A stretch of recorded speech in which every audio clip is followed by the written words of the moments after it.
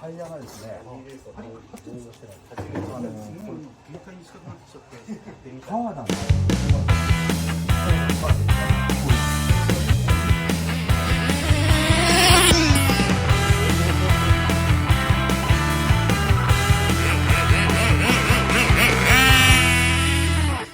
仕事サボってきてるからサムネイル使わないでもらっていいですか。いや関係ないで、そんな関係ないですよ。もう中華会社に電話してんのこれ。仕事しないでラジコンばっかりやってるって。これはすごいな。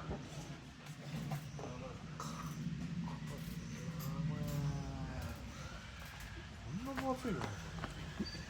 一回走らせてよ。じゃあ。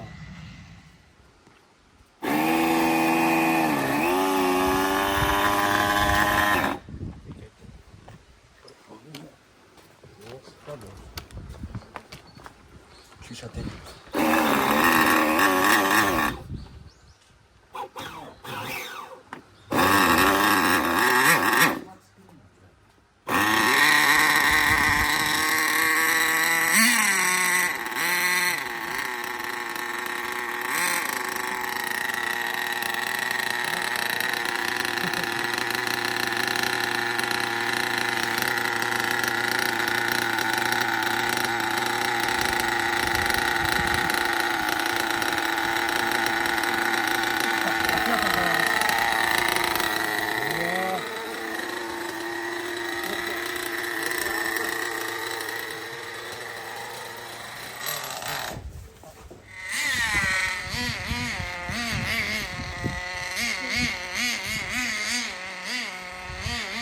早い。